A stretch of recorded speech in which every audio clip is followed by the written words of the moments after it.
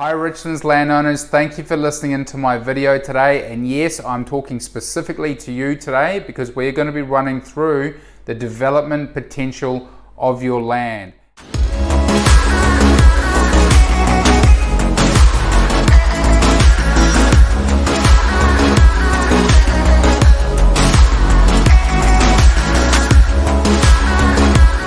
My name is Nathan Komorowski, the land coach, and I have helped landowners just like you bank well in excess of $100 million now without any risk, cost or commission. Let's run through the fundamentals that make up the development potential of your land and ultimately how much it is worth. Now, what forms the foundation of all development is zoning. Now, zoning is under the planning scheme within your local city council, in this case Brisbane City Council, means whatever is under that zoning is what is allowed to be constructed on your land. So the different colours that we can see here mean different uses under the Brisbane City Council and the planning scheme. So I've highlighted some pink zonings which mean residential, okay, and you've got a light pink zoning and you've got a darker pink zoning here. The lighter pink means lower density residential and the darker the pink means a higher density residential. Density means how many homes can be constructed. The darker the pink and the shade of pink, the more homes can be constructed. The lighter the pink, the less homes can be constructed. Now from a development point of view, the higher the number of homes that can be constructed, the higher the profitability, therefore the higher the value of your land. You can see on Freeman Road here some of the zonings that are here. You've also got some green, which means parks, yellow means government, purple means industrial, meaning industrial style businesses and mechanics and things like that can put their sheds on that type of land. Now you've got a darker red area if you're living around Pine Road, Progress Road for example. That is a medium density residential zoning. So this means you've seen a lot of townhouses be constructed in that area. That is why, because you can get a higher number of dwellings on this particular zoning. You've got a light blue area which is a commercial where you've seen a lot of shops and service centres and things can go onto that type of zoning. Now what you have working in conjunction with zoning is something called overlays. Now these are specific uses from council where they do not, I repeat, do not want to see homes be constructed over the top of these overlays. Now as you can see in Brisbane City Council, once you get to the overlays, there are a number of them. I haven't even scrolled all the way down. There's a number of overlays there.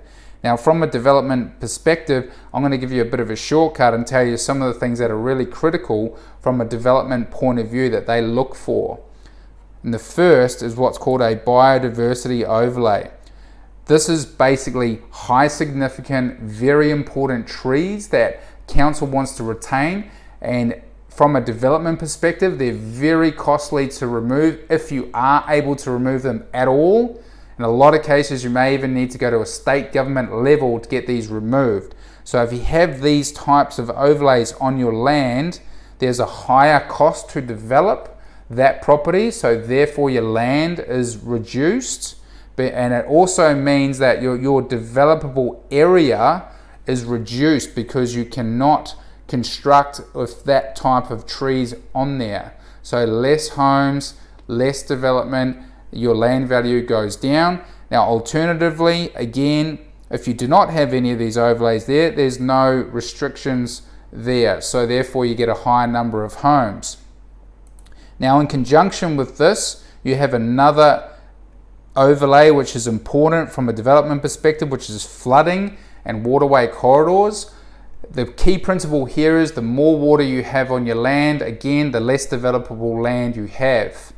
Now I'm well aware that some of you may not have seen any water whatsoever in 30, 40, 50, maybe even 60 years on your land. But we are talking about an extreme event, a 1 in 100 year event that council plans for. So they do not allow whatsoever anything going in to underneath a flood affected overlay, so that reduces the developable area of your land and ultimately what that land value is worth. Now you do have, to a lesser extent, something called a waterway corridor, which means a natural flow of water that comes through and out into the council infrastructure. Now, we cannot mess with that land or disperse land over onto a neighbouring property at all, but a civil engineer may be able to reduce the width of that waterway corridor. Okay, but ultimately it does affect the developable value because it brings the costs up, and there's still a portion of that land which we cannot do anything for.